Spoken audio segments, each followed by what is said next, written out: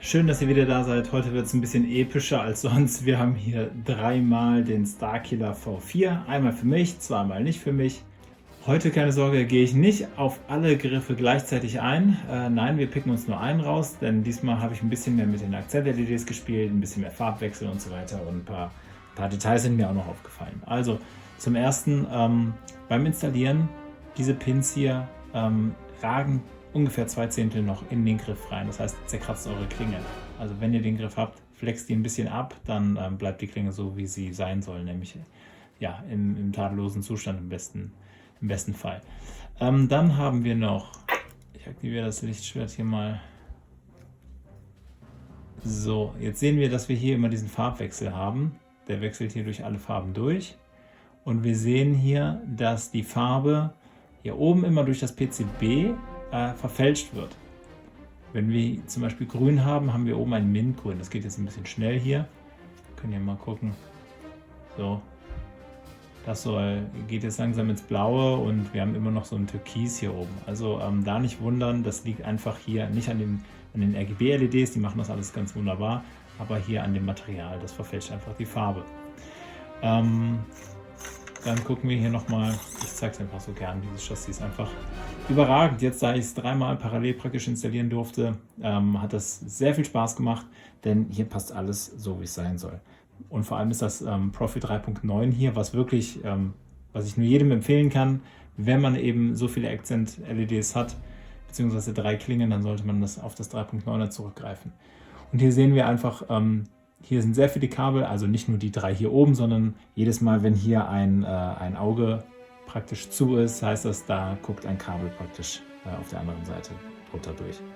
Und so, den machen wir jetzt wieder zu. Ich verzichte auf die richtige Orientierung, denn wir haben ja hier die kleine Einlassung eben für diese Madenschraube, so dass ich die Orientierung des Griffes richtig einstellen kann. Ich knall den jetzt einfach erstmal ein bisschen zu. So, die Testklinge ist drin. Das ist der Font von Grayscale, glaube ich, Plasma Kyber.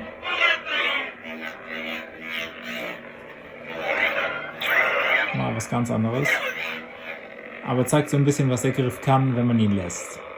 Und der Farbwechsel ist ein bisschen schnell, aber das Ding strahlt dich einfach nur an.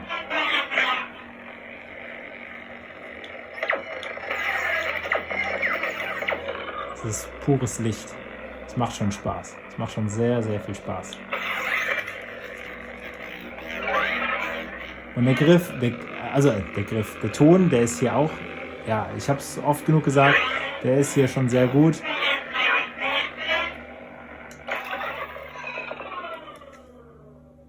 So, das ist schon ziemlich cool. So, die Kontrollbox stört mich jetzt persönlich auch nicht zu sehr.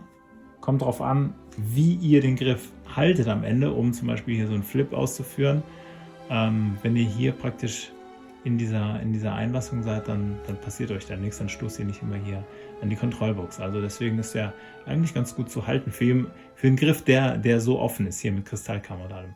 Und auch hier ist eigentlich ein ziemlich guter Schutz. Hier kann auch nichts passieren, das ist fix. Also hier oben drückt eine Schraube den Kristall runter. Da passiert überhaupt nichts, da braucht ihr keine Angst haben. Auch die Lamellen sind jetzt nicht so hoch, dass sie hier unangenehm sind wie beim Graflex. Da sind die Lamellen ja recht hoch. Das stört überhaupt nicht, wie ich finde, aber ja. So, und dann bleibt mir nur noch zu sagen, dass Warsabers bei meinem letzten Install, da gab es ja Probleme mit den LEDs hinter der Kristallkammer. Das Helperboard war defekt, beziehungsweise die LED da drauf. Warsabers hat ungefragt und unreklamiert praktisch Ersatz geschickt. Das finde ich eine tolle Leistung. Also so ein Support möchte ich gerne mal haben, wenn die selber checken, okay, da stimmt irgendwie was nicht, dass sie dann direkt das Ersatzteil schicken. Also das war schon sehr gut. Natürlich kam das Teil zu spät, ich bin einen Umweg gegangen, aber ja, jetzt habe ich wenigstens Ersatz. Also das war eine sehr gute Nummer und kann man nur weiterempfehlen. Heute kurz und knackig, ich hoffe, es hat euch dennoch Spaß gemacht zuzusehen. Lasst gerne ein Abo da, gerne ein Like und wir sehen uns im nächsten Video. Bis dahin.